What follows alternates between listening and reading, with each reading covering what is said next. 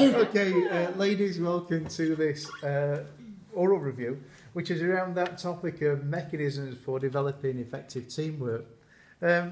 Obviously, today's motivation for me is to see if you understand the topic, and how we're going to do that is just ask a series of questions and just try and input into them with your ideas as I sort of ask the questions.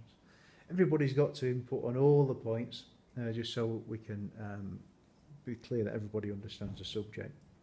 So we'll sort of kick straight into it, and I'll start off with Lauren. What is leadership? Tell me, please. It's leaders who are in charge of an organisation who set a direction for a common goal, or an inspiring vision. Good. For Okay. that organisation. Yeah. So they set directions. I know. What would you say about sort of leadership? Why would you define it? It's a person who guides and directs a group to get to a certain spot at the end of it. Good. And Ruby, have you any thoughts on that? Leadership is having a command over a group or team and having the ability to control and assess the situations what you put in. Good. Now, why is that important in uniformed services, do you think? Why is this ability to lead important in uniformed Crisis services? situations under pressure, trying to calm down all public, trying to get the team to actually focus on work, what's Correct. needed. Instead of the bloody crisis, yeah. I know. What would you say it's important in uniformed service to have this strong leadership? If you didn't have leadership, I think everyone would be kind of running around, not knowing what to do. There wouldn't be any like particular training for different jobs and different areas in it. So I think the leadership, they kind of push people to do different jobs, so they've got enough people in each situation. Yeah, absolutely. What would you say is important? In every different public service, they all need teams, like specialists, different teams, and things like that. So, for example, if a specialist team, they're going to need a specialist leader for that area. Who know what they're doing. Yeah, it is very important, as you say, in uniformed service to have these teams, and leadership's essential, isn't it? Otherwise, people don't know what they're doing; they follow their own lead.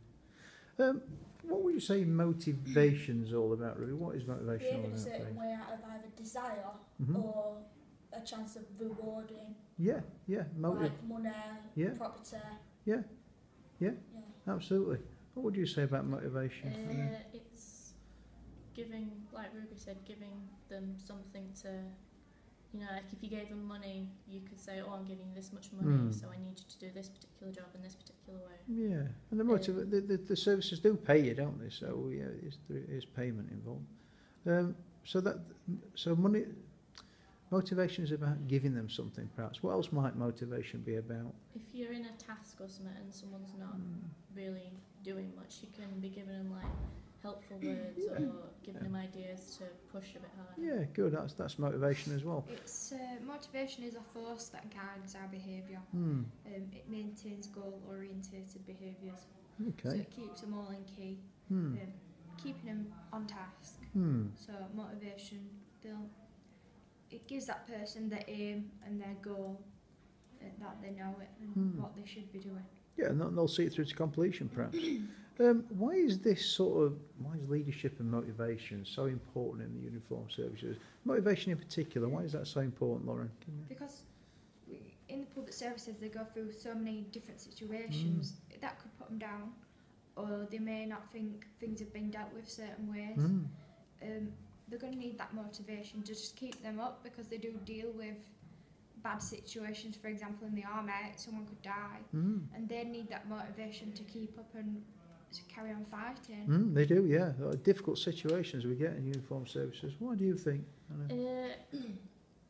If they're being guided kind of in a wrong way and they believe something else, and then like a tragedy happens, like Lauren said, if someone dies, they're going to feel like it's the leader's fault, and they're not going to want to have to keep going with them, and they might rebel against them, or they might do something else. So it's very important, isn't it? To be felt of correctly by your team, in order that you can lead effectively, Ruby, what would you say about motivation and why it's important in uniformed services? It's important to keep motivation because it keeps morale up. Good, yeah. It produces high standards of work. It does. And it knitters the team closer together. Yeah, well done. I have 3 really good points there. Cohesiveness, that high morale, which is highly valued in uniform services, and that standard of work. Well done. Yeah, that's good. Leaders have different traits. Naturally, they have traits inbuilt in them, and they also have traits that the organisation want them to use. What are leadership traits, please? Hannah, give me your idea of leadership trait. What is it? Leadership traits are something that a leader will particularly have. Say focus, honesty, communication. Okay, stop there. Yeah, so a set of behaviours. Yeah. Yeah. Ruby, what would you say about sort of traits? It's the skill set they have towards emotions, what they have, like honesty, confidence, and How Stop they there. want to treat it's the how team. they want, how Good. they want to treat How people. they want to manage or treat Yeah. people? Yeah, yeah.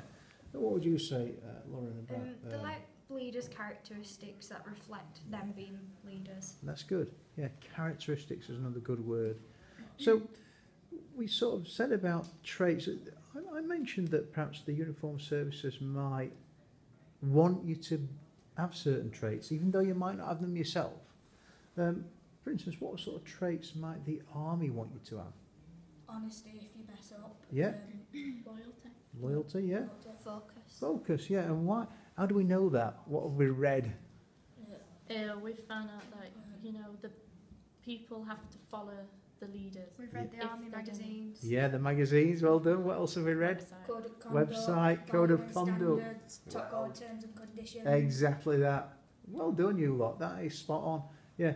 When you read their documentation that they present to the outside world, you can see that these individual traits are expressed in that.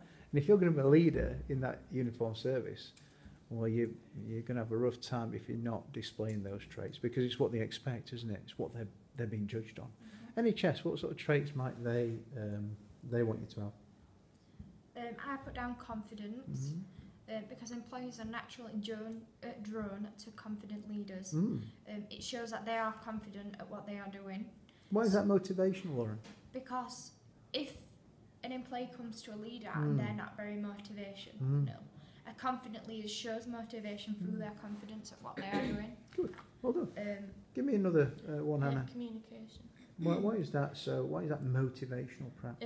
Because if your leader's not really talking to the members of the team and that he's kind of just off on his own, someone might come up and think, that he's not actually interested in it or he's not bothered, and the team's not going to be that motivational because they're not getting any input on how they're doing and Sure. anything they can improve on.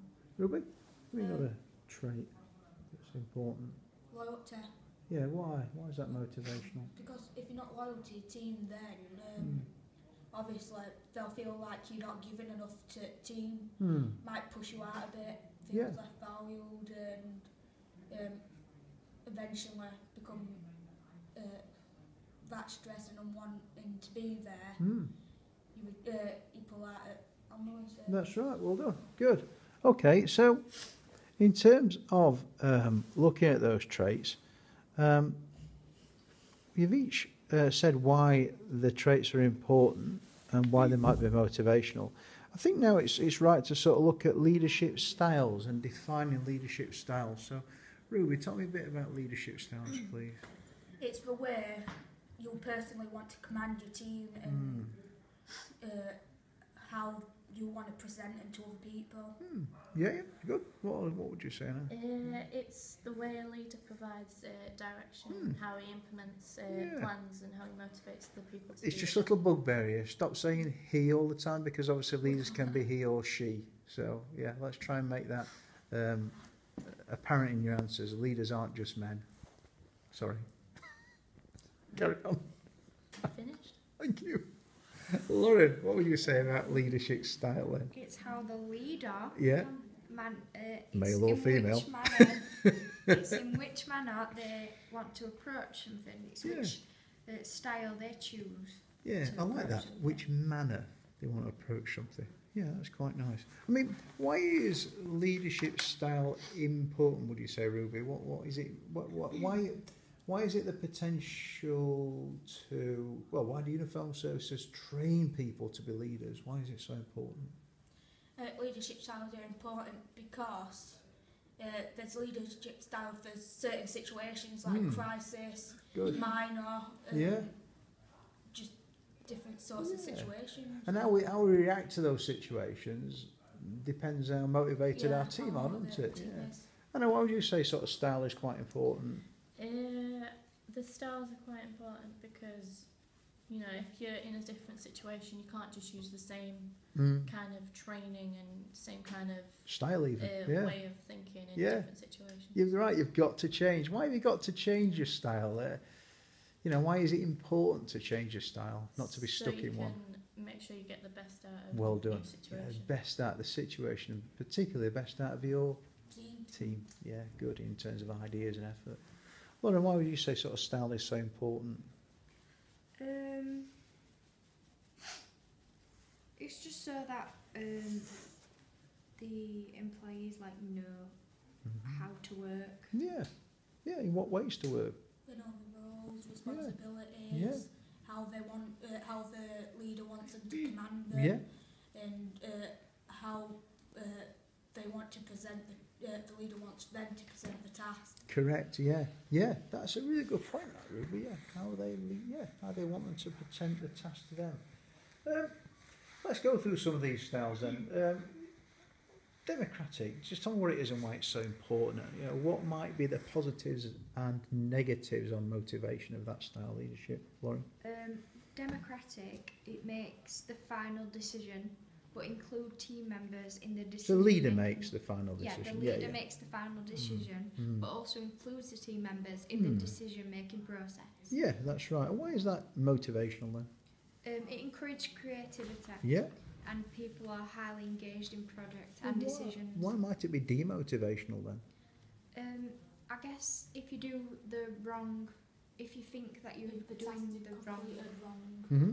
then it's like all the blame is on the team, Yeah, yeah. not just one person.